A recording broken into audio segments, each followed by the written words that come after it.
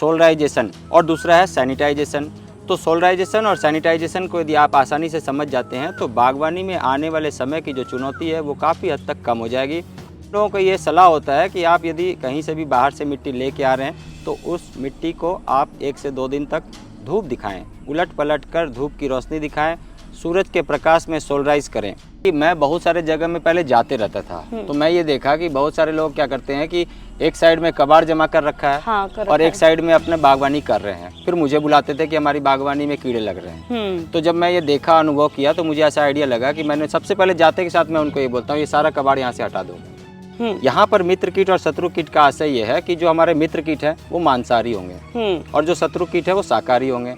इसके बारे में आगे के वीडियो में बातचीत चलेगी। छत से फल फूल सब्जियां लेना किसको पसंद नहीं है, लेकिन कई बार ऐसी दिक्कतें आती हैं कि लोगों के पौधों में कीड़े लग जाते हैं, बहुत सारी बीमारियां लग जाती हैं जिसकी वजह से उनके पौधे सूख जाते हैं यानी मर जाते हैं। और इन गार्डनर्स के सामने ये सभी होती है 2 चुनौतियों की वजह से। उन्हीं 2 चुनौतियों का सॉल्यूशन लेकर आए हैं हम 2S के रूप में, जो हमें बताएंगे गार्डनिंग एक्सपर्ट प्रवीण मिश्रा जी। इससे पहले भी हम उनसे बहुत सारी जानकारी ले चुके हैं जो हमारी गार्डनिंग को आसान करने की बहुत सारी तकनीक, बहुत सारे सुझाव हमें देते हैं। तो ज्यादा देरी न करते हुए हम मिलते हैं प्रवीण मिश्रा जी से और लेते हैं पूरी जानकारी। इससे पहले यदि अभी तक आपने अपने YouTube चैनल यूनिक फार्मिंग को सब्सक्राइब नहीं किया है तो अभी सब्सक्राइब करें, साथ ही बेल आइकन भी दबाएं ताकि आगे आने वाली वीडियोस की नोटिफिकेशन आपको मिलती रहे। नमस्कार सर। नमस्कार मैम। जब से हमारी मुलाकात आपसे हुई है, बेशक आपने बहुत आसान कर दिया है गार्डनिंग को, लेकिन फिर भी जितनी बार मिल रहे हैं हम तो हम चाहते हैं कि और भी ज़्यादा आसान करें। तो आज आप कैसे हमारी गार्डनिंग को आसान करने वाले हैं? देखिए, गार्डनिंग तो अपने आप में जीवन का एक अनुभव भी है। तो इन अनुभव को हम लोग एक तो गार्डनर से भी लेते हैं और अपना भी कुछ अनुभव है, कुछ अपना प्रैक्टिस है, कुछ शिक्षण भी है, तो उन सभी को लेकर हम लोग लोगों तक पहुंचने का प्रयास करते हैं। तो बहुत सारे गार्डनर्स के साथ ये होता है कि उन्होंने देख लिया वीडियो के बहुत अच्छा छत पर किचन गार्डन बना हुआ है, सब्जियां लदी हुई हैं, तो वो भी झटपट से जाते हैं, प्लांट्स लेकर आते हैं और गार्डनिंग शुरू कर देते हैं, लेकिन बहुत ही जल्दी उसमें फेल भी हो जाते हैं। उसके क्या कारण है सर? देखिए, चैलेंजेस अलग अलग है शहरी जीवन में। तो हम लोग जब अनुभव करते हैं तो उन अनुभव को, चूँकि प्रशिक्षण का कार्य है, तो आसानी से जल्दी से लोगों तक पहुंच जाए तो फार्मूला बेस्ड प्रोग्राम हम लोग लेकर आते हैं। ठीक है। तो इसी क्रम में एक फार्मूला को लेकर आए हैं जो कि आप लोगों से शेयर करना चाहेंगे। सम्मानित नागरिकों, नमस्कार। मैं प्रवीण मिश्रा पुनः उपस्थित हो गया हूं और आप देख रहे हैं यूनिक फार्मिंग चैनल, जहां पर बहुत सारी ऐसी बातें जो कि गार्डनिंग में आपके काम की हो सकती है लेकर हम लोग उपस्थित होते रहते हैं। इसी क्रम में आज के इस प्रोग्राम में लेकर आए हैं कि 2S का फार्मूला, जो कि गार्डनिंग के अनुभव से हासिल की गई है। इस 2S के फार्मूले को यदि समझना है तो सबसे पहले आप समझेंगे सोलराइजेशन और दूसरा है सैनिटाइजेशन। तो सोलराइजेशन और सैनिटाइजेशन को यदि आप आसानी से समझ जाते हैं तो बागवानी में आने वाले समय की जो चुनौती है वो काफ़ी हद तक कम हो जाएगी। और इस क्रम में शुरुआत में थोड़ा सोलराइजेशन के ऊपर में प्रकाश डालते हैं और बातचीत करते हैं। सोलराइजेशन का यहाँ पर आशय है कि जैसे आप अपने घर में आने वाले समय में जब गार्डनिंग शुरू करते हैं तो मिट्टी लेकर आते हैं, मिट्टी के साथ साथ और भी बहुत सारी ऐसी चीज़ें लेके आते हैं जो मीडिया का काम करता है और आपकी बागवानी में कहीं ना कहीं गमलों को भरने के काम आता है।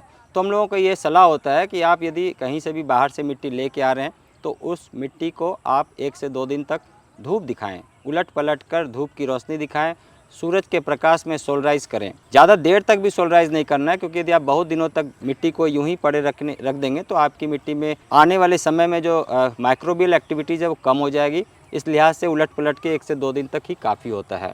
वहीं दूसरी ओर सैनिटाइजेशन की यदि हम बात करें तो सैनिटाइजेशन में यह है कि आप अपने घर के छत को अच्छे से धोकर, अच्छे से साफ़ करके और फिर अपनी बागवानी को शुरू करें। बागवानी को शुरू कर देना ही आसान है, लेकिन बागवानी में आने वाले समय की जो चुनौती है वो काफ़ी ज़्यादा होती है। इस लिहाज से हम लोग बात करते हैं कि छोटे छोटे तरकीब से आप जब बागवानी को करेंगे और इस क्रम में देखेंगे कि आने वाले समय की जो चुनौती है वो कम हो सके और ये क्रमागत रूप से कम हो सके। तो शुरुआत के नए गार्डनर्स के लिए बहुत ही ज़रूरी है कि आप सोलराइजेशन और सैनिटाइजेशन को फोकस्ड होकर समझें और करें। ठीक है सर, मैं आपसे ये जानना चाहती हूँ, जैसे आपने सोलराइजेशन की बात करी, तो हमें कौन से महीने में हमें करना चाहिए? सोलराइजेशन के लिए सबसे अच्छा महीना होता है अप्रैल, मई और जून के महीने में। लेकिन चूँकि गार्डनर्स कभी भी आपके इस वीडियो को देख रहे होंगे तो उस लिहाज से यदि बात करें तो आप जब अनुकूल मौसम हो, 1 से 2 दिन तक खुली धूप हो, अच्छी धूप हो, तो किसी शेड वाले जगह में, जैसे ऊपर में कैनोपी बना हुआ है और दक्षिण की दिशा से, पश्चिम की दिशा से उस जगह जहां आप मिट्टी रख रहे हैं वहां पर धूप पहुंच रही है, तो आप ऐसे भी कर सकते हैं। थोड़े ऊंचाई पर आपको करना होता है। बारिश में भी कर रहे हैं तो थोड़ी ऊंचाई में मिट्टी को रखकर उनको कर सकते हैं। सोलराइजेशन से मतलब ज़्यादातर लोग ऐसा समझ लेते हैं सर कि मई के महीने में हमें सारे गमले एक साथ खाली कर देने हैं, सारी मिट्टी को एक साथ धूप दिखानी और ये सब। क्या ऐसा भी हो सकता है कि जब हमें लग रहा है कि बैंगन के पौधे ने इनफ हमें सब्जियां दे दी हैं और ये गमला खाली होना, तो सिर्फ हम उसी गमले को खाली करके भी तो उसको धूप दिखा सकते हैं? हाँ, ऐसा भी कर सकते हैं, लेकिन बहुत ज़्यादा दिन तक गमले से मिट्टी खाली करके छत पे कॉर्नर पे रख देना अच्छा नहीं है। यदि आप सोलराइज कर भी रहे हैं तो आप कोशिश कीजिए कि जब आपको पौधे लगाने हो उससे पहले उसे थोड़ा सा एक्टिवेट कर लें, 1 से 2 दिन तक हल्का धूप दिखा दें और फिर यूज़ कर लें। ठीक है, तो यूज़ करने की जैसे बात हुई, सोलराइजेशन में हमने धूप दिखा दी, क्या हमें फिर से रिचार्ज करने के लिए उसमें खाद पानी मिलाने की ज़रूरत है? 10% से और रिचार्ज कर लेते हैं। जैसे कि हमने मिट्टी को रखा हुआ है, साइलेंट है, और अब हमने मिट्टी को सोलराइज करके एक जगह बोरी में रख दिया है। ठीक है। लेकिन जब हम गार्डनिंग शुरू करते हैं उससे पहले हम लोग ये बात करते हैं कि सॉइल मिक्स, जो कि आगे के वीडियो में आप फॉलो करेंगे, देखेंगे कि सॉइल मिक्स का कुछ फार्मूला हम शेयर कर रहे हैं आपसे।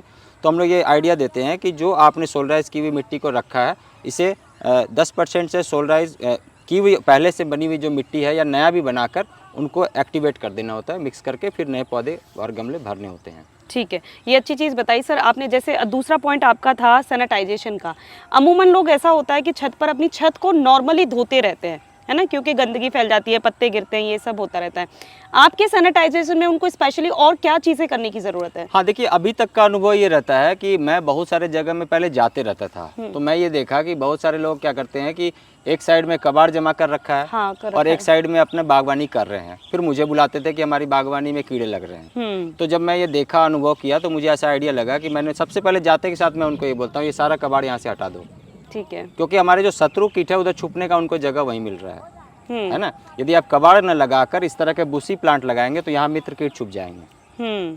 तो आप उस जगह में कबाड़ रखेंगे तो कबाड़ में क्या होगा कि कुछ फंगस है, कुछ कीट है, कुछ ये सारी चीज़ें छुप रही है। जैसे आपने ग्रीन वेजिटेबल्स लगाया, उनको फूड खाने का स्टफ़ मिल गया, वो आकर सीधा आपके ग्रीन लीव्स को कट करना शुरू कर देंगे। और अलग अलग चैलेंज है। तो सैनिटाइज़ करने का तरीका होगा कि आप बायो एंजाइम से सैनिटाइज कर सकते हैं, नमक के पानी से कर सकते हैं, और देसी तरीके से और भी बहुत सारे विकल्प हैं आपके पास। सैनिटाइजेशन में देखिए क्या है कि आप अपने घर में बायो एंजाइम से कर लीजिए, या फिर आपके पास घर में यदि एप्पल साइडर विनेगर है या कोई भी सिरका है तो उससे भी कर सकते हैं। 1 लीटर पानी में 10 से 20 ml तक आपको लेना है बायो एंजाइम या सिरका, और इस पानी को पूरे छत में धोना है, करना है। यदि इस फार्मूले को आप 1 लीटर की जगह में 10 लीटर करना चाहते हैं तो इसी मात्रा को आप मल्टीप्लाई कर सकते हैं। वहीं दूसरी ओर जो आसानी से और कुछ करना चाहते हैं तो यदि देसी गाय का गौमूत्र है तो वो भी मिलाकर आप कर सकते हैं। तो देसी गाय का गौमूत्र भी 1 लीटर पानी में 10 ml 20 ml तक आप ले सकते हैं। मैक्सिमम यदि आपको चाहिए तो 50 ml तक भी ले सकते हैं। यदि आप देखेंगे कि आपको लग रहा है तो नुकसान नहीं होगा और आसानी से आपके छत का सैनिटाइजेशन भी हो जाएगा। ज़्यादातर जैसा होता है कि इंसेक्टिसाइड्स में या सैनिटाइजेशन की जितनी भी चीज़ें होती हैं कि उसमें मित्र कीट जल्दी मर जाता है। नहीं, ऐसा नहीं है मैम। देखिए, हमारे पास मित्र कीट और शत्रु कीट दोनों साथ साथ हैं। हम यहाँ पर रिस्टोरेशन की जो बात करते हैं, खास करके आपके साथ जो बहुत सारा वीडियो बनेगा उसमें देखेंगे, हम लोग सबसे पहले अपने पास मित्र कीट को बुलाते हैं। यहाँ पर मित्र कीट और शत्रु कीट का आशय ये है कि जो हमारे मित्र कीट है वो मांसाहारी होंगे और जो शत्रु कीट है वो शाकाहारी होंगे। इसके बारे में आगे के वीडियो में बातचीत चलेगी। आज के टॉपिक में हम लोग सोलराइजेशन और सैनिटाइजेशन पर बात कर रहे हैं। बिल्कुल, बहुत ही अच्छी चीज़ थी और बहुत अच्छी टॉपिक एक सर शुरू भी हुआ मित्र कीट और शत्रु कीट के बारे में। इसके बारे में भी हम डिटेल में लेंगे सर से जानकारी। जो 2S का फॉर्मूला सर ने बताया है उसको ज़रूर फॉलो करें अगर गार्डनिंग में आप सफल होना चाहते हैं, क्योंकि जिस तरीके से सर ने 3W का फॉर्मूला हमें बताया, 5W का फॉर्मूला, इन फॉर्मूलाज के जरिए एक चीज़ ऐसा हो रहा है कि हमारी गार्डनिंग ईजी टू ईजी होती ही जा रही है। तो इन्हें ज़रूर फॉलो कीजिए। वीडियो पसंद आई है तो वीडियो को लाइक और शेयर करना ना भूलें और चैनल को सब्सक्राइब करें। धन्यवाद।